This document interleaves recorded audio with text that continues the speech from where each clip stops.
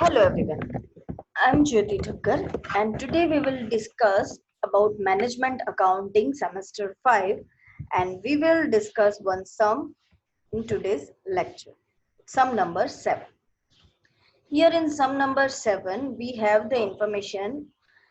We have given the balance sheet of Radhika Limited as on 31st March 2013.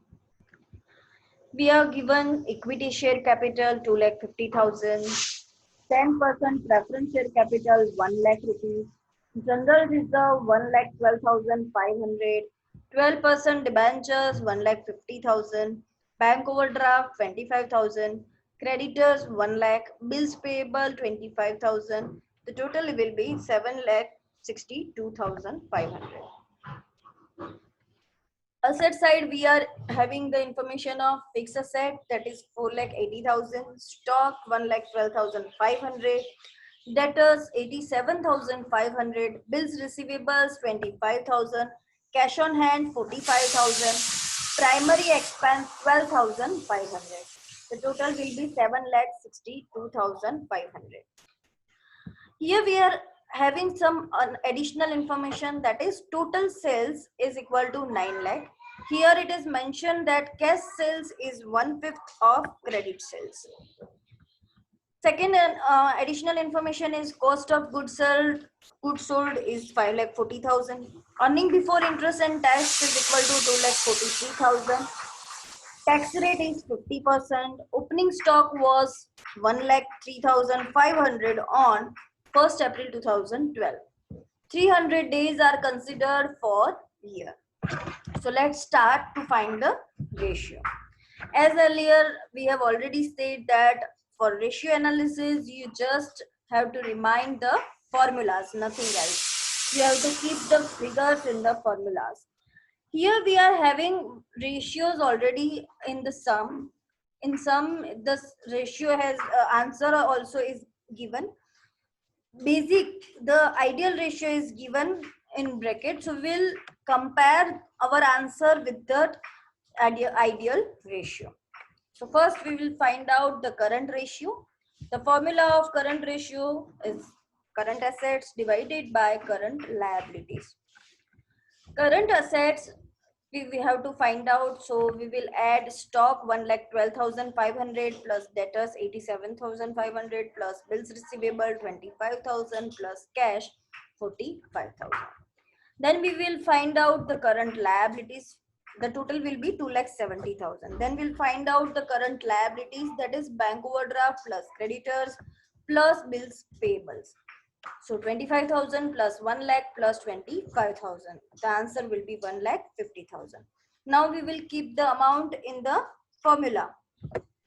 So current ratio is equal to 2,70,000 divided by 1,50,000. The answer will be 1.8 gem 1. In bracket I have written with the blue color font 2 gem 1. This is the ideal ratio. We are comparing the ratio with the answer, that 1.8 gem 1 is our ratio, which is less than our ideal ratio. So now have a look with the second ratio, liquid ratio. The formula of liquid ratio is liquid assets divided by liquid liabilities. Liquid assets is equal to current assets minus stock. So we'll keep the amount to 70,000 minus 1,12,500 is equal to 1,57,500. Same way we will find out the liquid liabilities, and for that we have to minus bank overdraft from the current liabilities. So 1,50,000 minus 25,000 is equal to 1,25,000. Now we have to just keep the amount in the ratio. 1,50,500 divided by 1,25,000 is equal to 1.26 gem 1. The ideal ratio is given 1.25 gem 1. So we are very near. Actually, we are very nice situation. We are having good liquidity. So third ratio is return on capital employed. To find out return on capital employed, we will keep the formula, that is earning before interest and tax divided by share capital plus reserves plus debenture minus fictitious assets into 100. EBIT we are already having, that is 2,43,000. Share capital we have to include both equity and preference share capital. So that is 2,50,000 plus 1 lakh. Reserve we are having 1,12,500. Debentures 1,50,000 and fictitious asset is 12,500. So we get the answer that 2,40,000 divided by 6 lakhs into 100, and the answer will be 40.5%. Our ideal ratio of return on capital employed is 25%. So we are getting very good capital return. Okay, for this ratio is showing the condition of our business.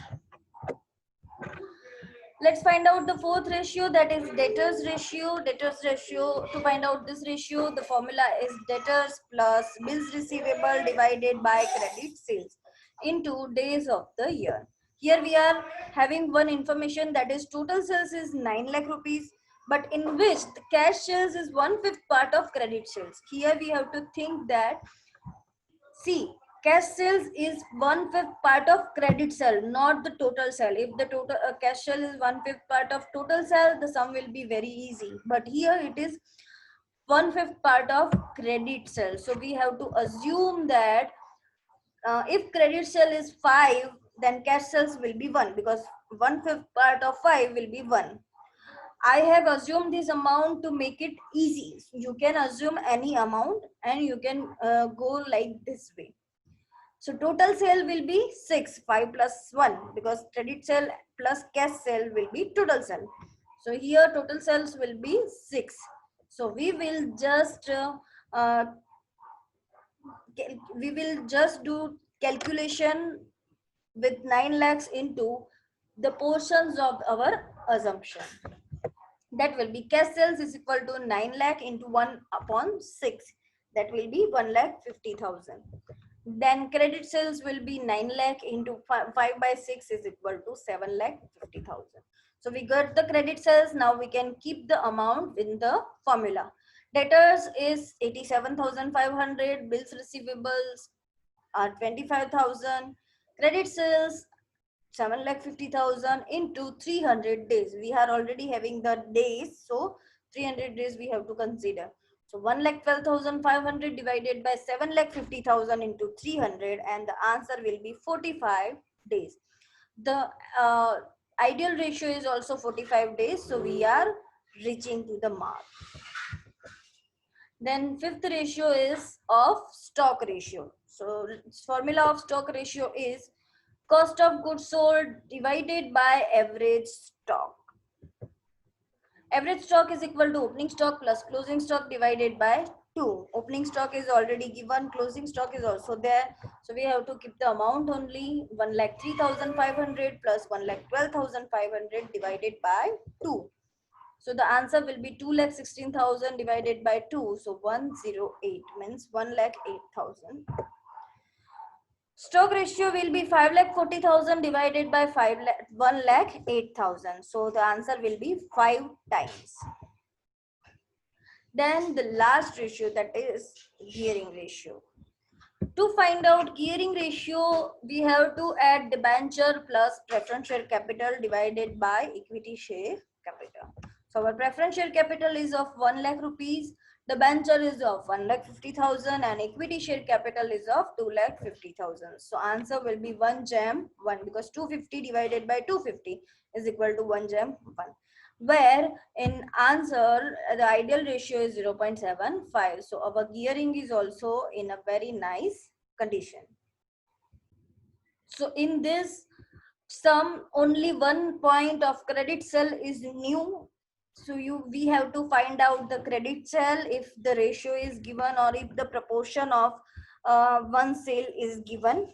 So we can find out this way full ratio. Okay.